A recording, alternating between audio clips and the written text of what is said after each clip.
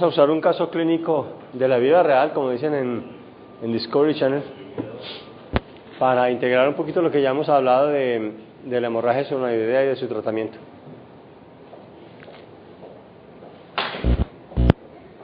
Y se trata de una mujer de 32 años, de profesión periodista, sin factores de riesgo profesional, que presenta una cefalea súbita, la peor de su vida, como describen clásicamente, que la despertó una noche, a la medianoche, y por eso consulta. Cuando ingresa entre los antecedentes está una hipertensión arterial que le habían diagnosticado un año antes, que estaba en tratamiento con valsartán más hidroclorotiazida, pero que ella había dejado de tomar una semana antes. Tiene también antecedentes de familiares, el papá y unas tías, a quienes hicieron diagnóstico de aneurisma cerebral,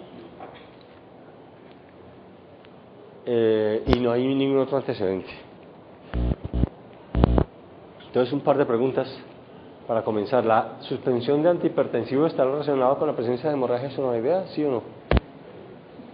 La muchacha llegó preguntando eso y tenía algo de sentimiento de culpa, y la mamá estaba muy preocupada porque si es que la niña no se toma el antihipertensivo.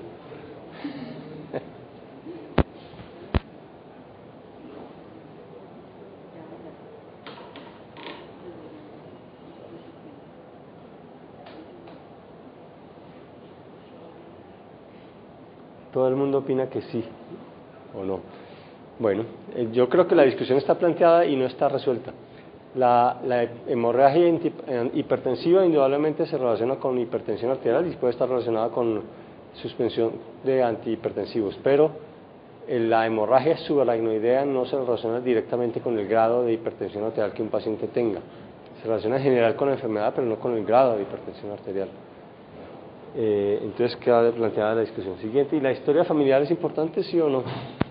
La hemorragia extravenoidea es, bueno, hay que diferenciar un poquito un par de cosas. Uno que es la hemorragia extravenoidea y otro es el aneurisma cerebral.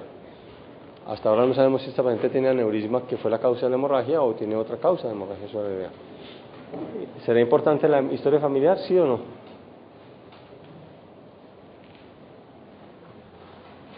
La incidencia de aneurisma cerebral es la enfermedad de aneurisma cerebral es de incidencia familiar, o sea que la historia familiar de aneurisma es muy importante dentro de la aproximación diagnóstica de un paciente de estos.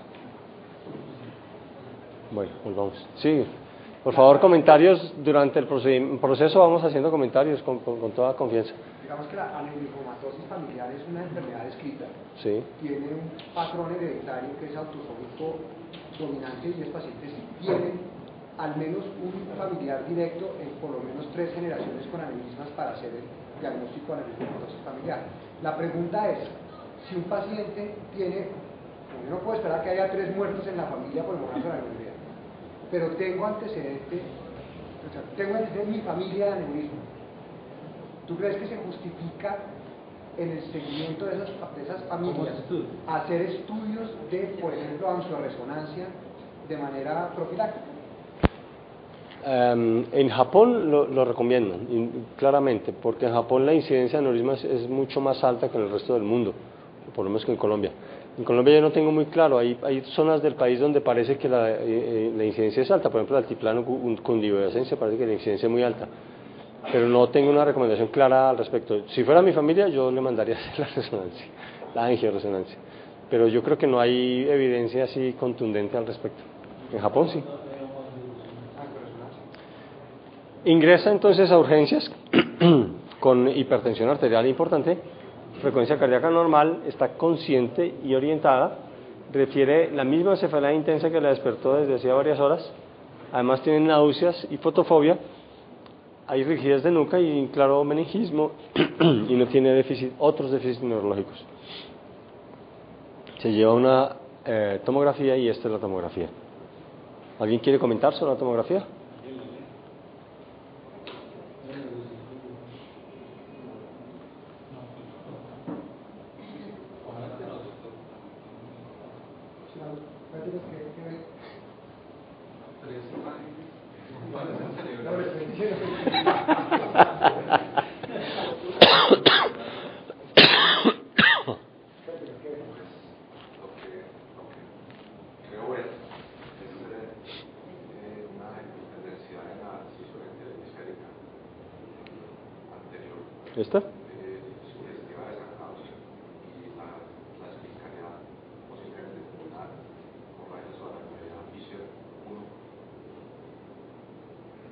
y aquí. Ese es el mismo paciente.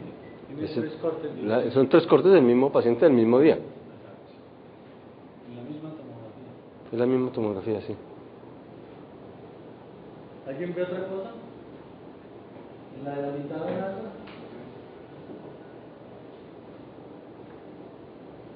¿Alguien quiere decir que ve en la mitad? Bueno. Surcos las surcos de la base. ¿Los ves bien? No, no veo. Ah, Aquí hay sangre también. ahí se ve sangre. En todas las cisternas de la base esto está con sangre. Y aquí también esta está estrecha y con sangre. Esa última es la más difícil de evaluar. Sí, Y eso, sí puede ser. Es eso la más bajita. anatómicamente es difícil que suceda porque ahí hay una membrana que separa la cisterna interpeduncular de la cisterna central, que es la membrana del límite. Por lo tanto, cuando uno ve sangrados ahí en ambas cisternas, pues no sabe uno de dónde viene el sangrado, si es un sangrado de la fosa posterior junto a la basilar o es un sangrado de la comunicante posterior, que es el otro sitio donde frecuentemente ve uno sangre en las dos. Pero lo más frecuente no tiene circulación anterior pura, una comunicante anterior, una carótida, es que la cisterna interpeduncular no tenga sangre, o pues ahí abajo donde está la basilar, la basilar no se vea sangre porque la membrana del líquido es una barrera anatómica que no permite el paso. Y en los otros cortes no los traje, pero en los ventrículos no había sangre. Perdón, hay algo más que yo veía, de pronto, por manera de no ver otras cosas, hay una influencia del tallo. El mesencéfalo está inconexo, las cisternas de la base están cerradas y hay una ligera influencia tronco-basal lateral. ¿El paciente cómo estaba en el tallo? Ella estaba consciente, orientada, normal, pupilas normales. Nauseoso no lo hicimos, pero tenía buena movilidad de la boca, de la lengua, de los ojos. Respiración normal. Muy sintomática, muy fotofóbica.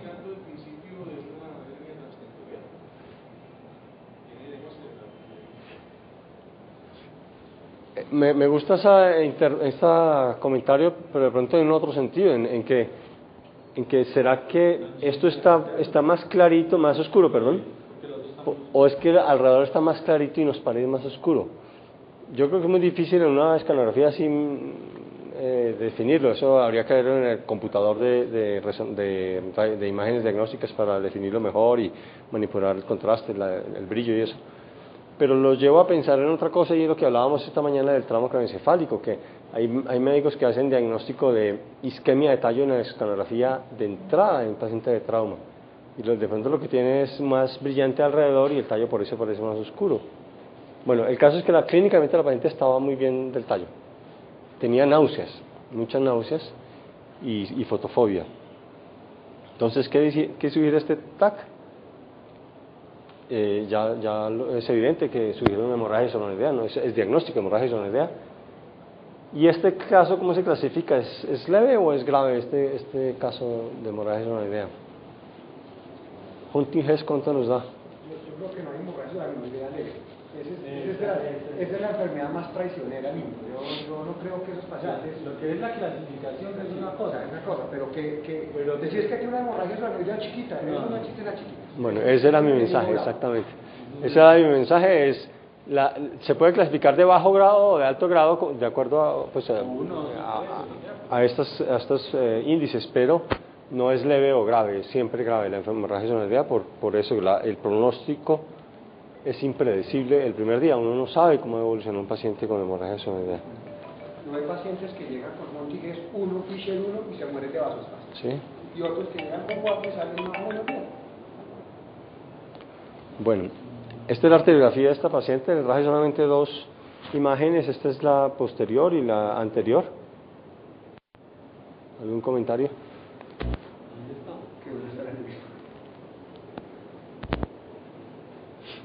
Nosotros no lo encontramos.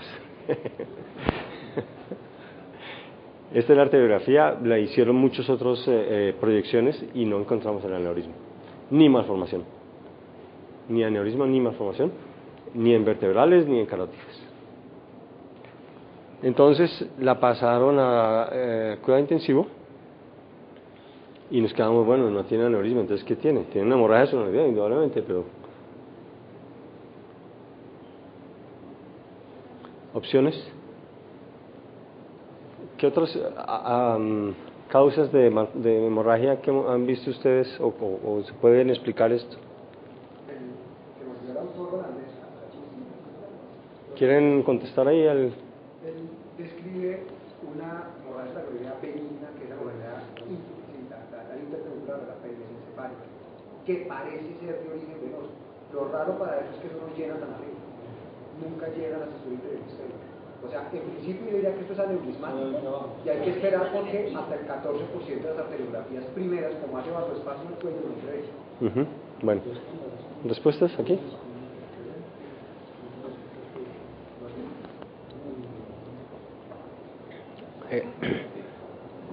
Nosotros tenemos el mismo dato, más o menos 85% de los pacientes que tienen aneurisma se les ve en la primera arteriografía, el 15%, 14%.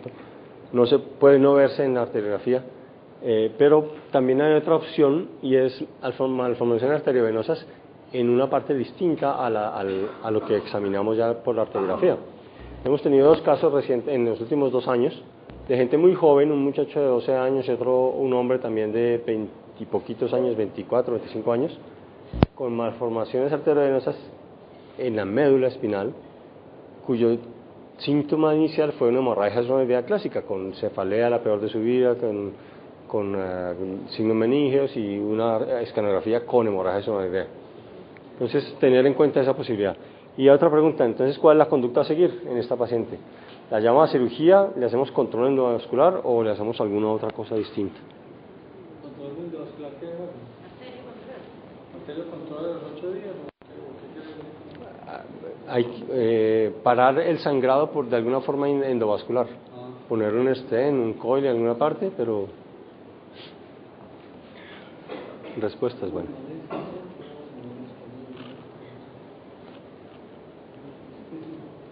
Bueno, control endovascular quisiera uno si tuviera qué, pero no tenemos qué, no tenemos una hemorragia, una aneurisma o una malformación. Entonces la respuesta pues no puede ser sino otra, no podemos operar porque no tenemos nada que operar, no podemos controlar endovascular nada, entonces nos toca cruzar los dedos y llevar a la paciente a cuidado intensivo y cuidarla muy bien. Una pregunta. Sí. Frecuentemente estamos viendo que muchos nuevos cirujanos, cuando se presenta un caso como este, están pidiendo una escanografía de alta resolución o reconstrucción vascular, una angiotac. De alta resolución.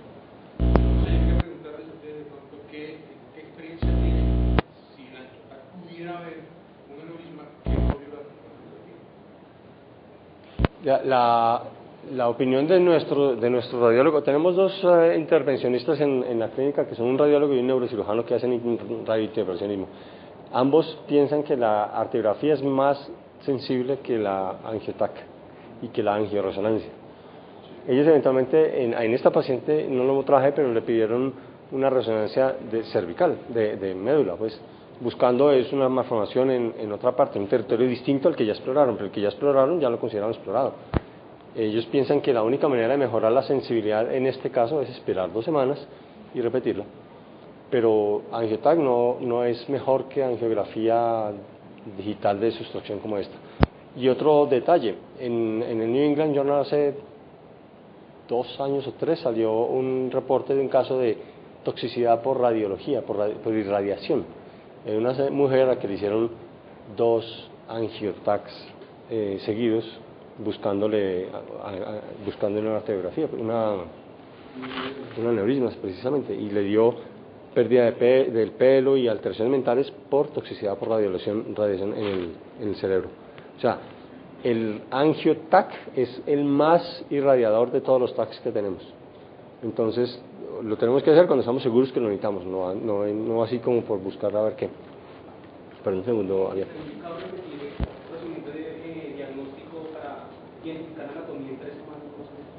Sí.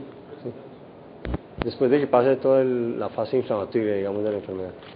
Más a la angiotac se refieren 2 cosas. La primera, el límite inferior para que un TAC vea una aneurisma de 10 milímetros, una aneurisma menor de 10 milímetros no lo ve.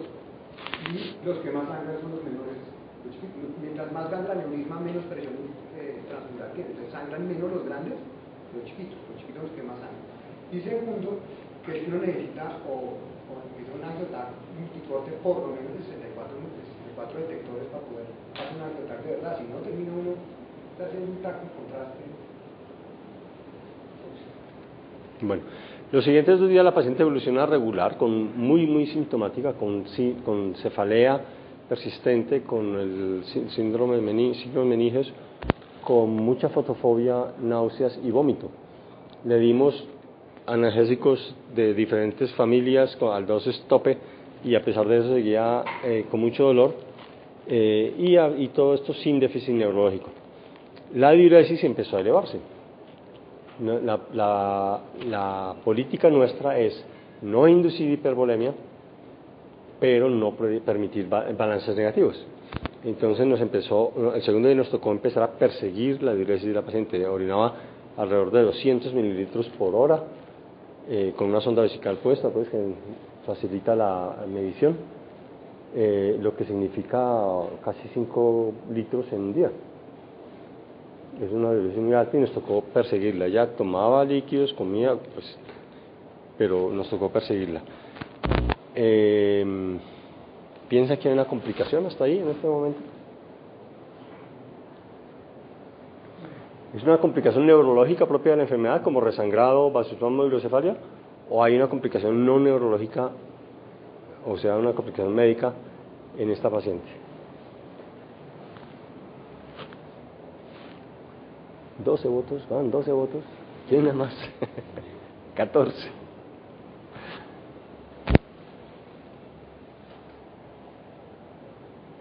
Resangrado pudiera haber, aunque usualmente el resangrado se acompaña de alguna catástrofe neurológica y de un aumento de la cefalea, por lo menos.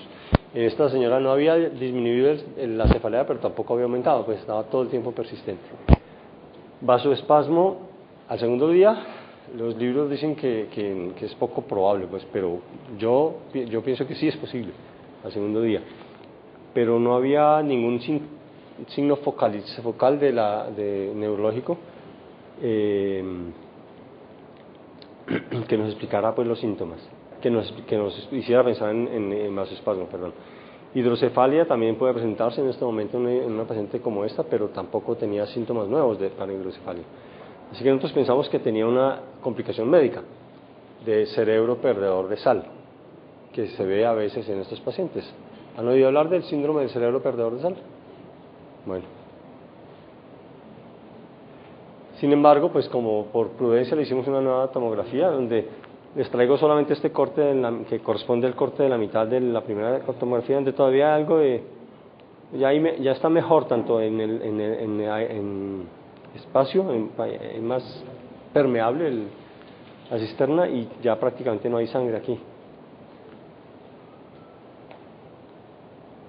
Y le hicimos en primer Doppler transcraniano ese tercer día. Nos muestra, esto es la profundidad, este es el modo M y este es el modo pulsátil. La máxima, la media y la mínima y el índice de pulsatilidad nos muestra una media de 107 en el lado izquierdo y 106 en el lado derecho. Con buena ventana, con facilidad para encontrar el vaso.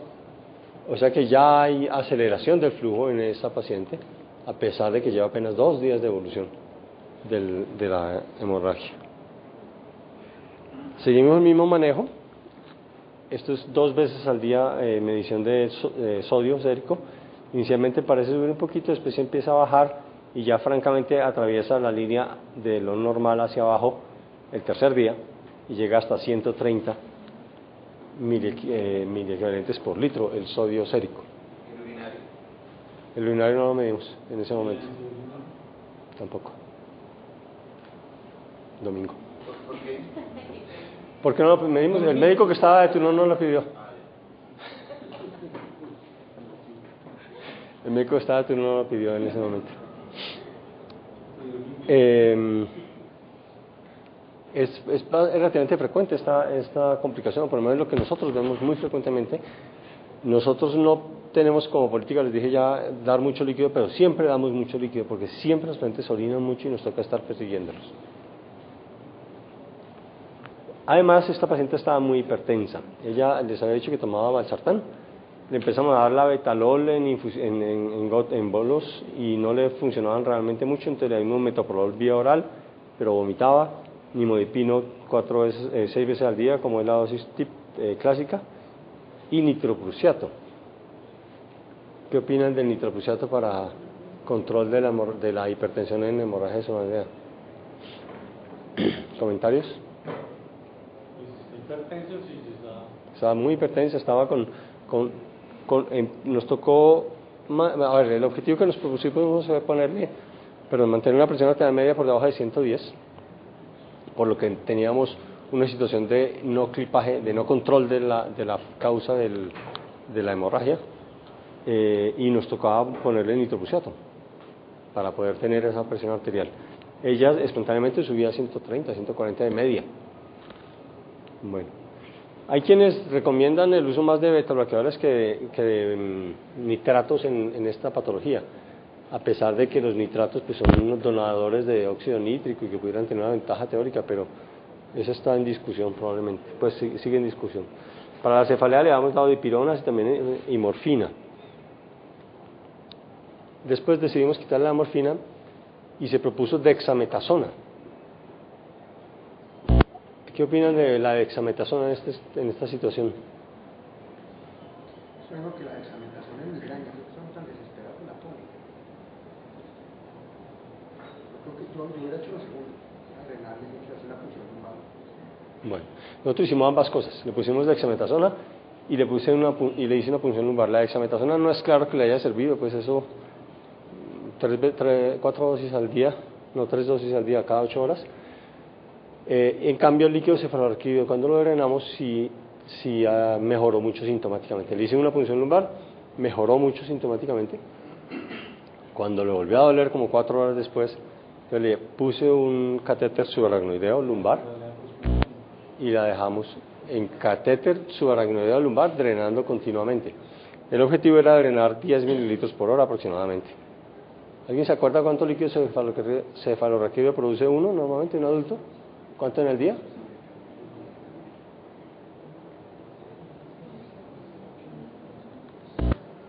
¿Cuánto? ¿Por hora o por día? Por día. Ese es el volumen, más o menos, lo que uno tiene. Ese es el volumen, 150 mililitros, más o menos, lo que tiene una persona, un poquito más, un poquito menos. Y uno produce más o menos 3 veces lo que tiene al día. O sea que 450, 500 mililitros al día. Y el objetivo era quitarle más o menos la mitad de lo que produce al día en el día. ¿Sí? Ese es el objetivo. ¿De dónde lo sacamos? Del sombrero de un mago, porque eso no hay ninguna evidencia, sin ninguna... yo no he leído. Sí, no hay una regla. Y continuamos con el manejo sintomático. El doctor Hakim, que yo tuve la oportunidad de conocer cuando todavía trabajaba en los pacientes con hidrocefalia normotensa, nos enseñaba que sacáramos líquido hasta que al paciente le doliera la cabeza. Cuando le doliera la cabeza, lo sentáramos para que le doliera más. Así sacábamos líquido, totalmente empírico. Sí, empírico. El día 5 le estábamos haciendo controles todos los días y cada día aumentaba un poquito la velocidad. El día 5 ya tenía 165 centímetros por segundo en el lado izquierdo y 137 en el lado derecho. Siempre la ventana fue muy fácil en esta paciente, se conseguía fácil. El día 6 continúa la misma sintomatología, aumento de los antihipertensivos, íbamos escalando en nitroprusiato, escalando en beta bloqueador, metoprolol, llegamos a 300 miligramos por día y le suspendimos los morfínicos diciendo probablemente eso está contribuyendo a darle náuseas. Pero eso, pues, por un lado no mejoró. Bueno, como había mejorado con la punción lumbar, pudimos quitarle los morfínicos. El día 7, persisten los síntomas, pero la paciente tiene menos fotofobia, la cefalea se hace más posterior, ya no le duele toda la cabeza, sino sobre todo aquí atrás.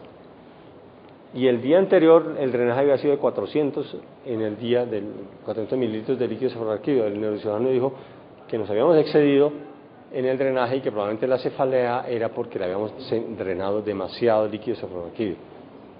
El líquido estaba mucho menos sanguinolento y la presión arterial media se estaba controlando un poquito mejor, pero aún tenía nitroprusiato. Día séptimo tenía todavía nitroprusiato. Habíamos comenzado el nitroprusiato el día 1. O sea, llevamos 7 días de nitroprusiato. Gases normales, eso no tenía acidosis. Dijimos, también el nitroprusiato puede estar produciendo toxicidad y llevándola al vómito. Entonces, la hidrocefalia, ¿cuándo se presenta? En la hemorragia hidroidea. ¿Ya vos comentaste eso? ¿Cuál es el momento en que se presenta la hidrocefalia? Hay dos hidrocefalias, la aguda, que se produce por el sangrado de la obstrucción, y la más tardía, que es la primera segunda semana, cuando se ha degradado, que es una hidrocefalia absortiva, no obstructiva, sino absortiva. Entonces estamos como en la mitad, está muy tarde para la aguda y muy temprano para la tardía. O sobre el drenaje versus sobre el drenaje de líquido cefalorraquídeo. Considerando por otro lado entonces el control de la presión arterial, nos preguntamos la dexmedetomidina. La dexmedetomidina pues no es un buen antihipertensivo, pero es antihipertensivo. Puede producir algo de sedación, sí, puede ser interesante en esta paciente que ya estaba ansiosa de tener tanta cefalea tanto tiempo y náuseas y vómito. Porque es mejor titulable más titulable la dexmedetomidina. Si nos iba mal, era más fácil titular la dexmedeto. Pero es el mismo grupo de medicamentos, sí, la misma idea. Le iniciamos dexmedetomidina, pero además, guiados por la idea del neurocirujano, le hicimos una nueva escanografía, que es esta. Mucho más abierta la cisterna, está abierta ya, y muy sintomática la señora. La presión de apertura, ¿cuánto fue la presión lumbar? No se midió la presión de apertura, no.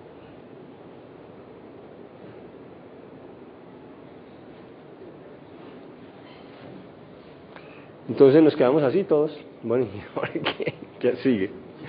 La paciente nos dijo que seguía. Le hicimos un Doppler y tenía 169 y 162. O sea, se igualaron las velocidades y estaban por encima de 160.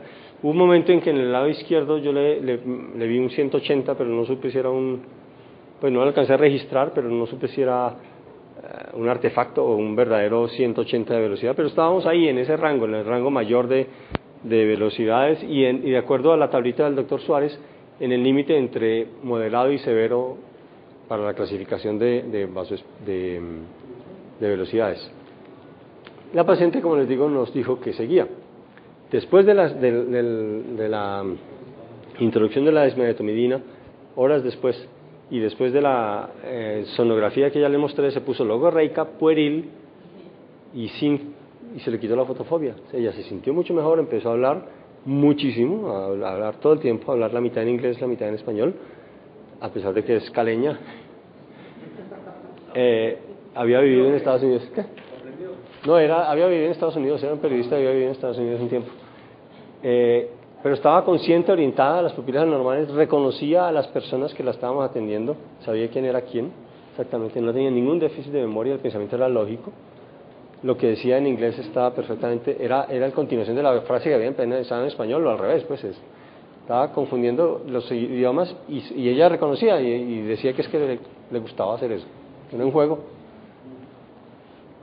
y no tiene déficit focales, nada, pares normales, pupilas normales y se sentía mucho mejor, sin fotofobias, ya no tenía náuseas. ¿Qué hacemos?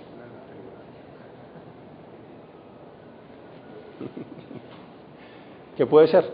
¿Cómo explicamos esa sintomatología? ¿Se está mejorando? ¿Es que es la personalidad de ella y ya se sintió mejor, entonces está jugando con nosotros?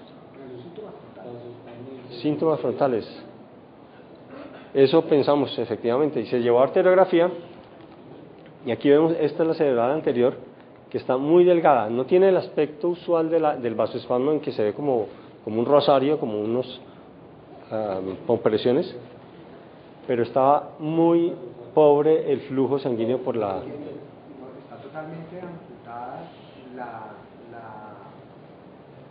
callosa marginal, ¿no? No se ve. Se alcanza La callosa, ah sí, aquí se alcanza a no hay ver nada. la pericallosa, hasta arriba la bifurcación, pero la callosa marginal. Aquí. Las prontobasas. ¿Qué hacemos ahí? Ya le estábamos dando nimodipino. Le estábamos dando nimodipino desde el primer día. Intraarterial. ¿Alguna otra opción aparte de nimodipino intraarterial?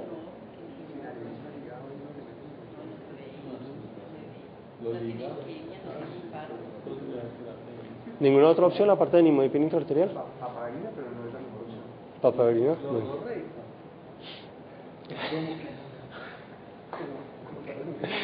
Bueno, le pusimos nimodipino y se mejoró. La paciente se mejoró, la arteriografía mejoró.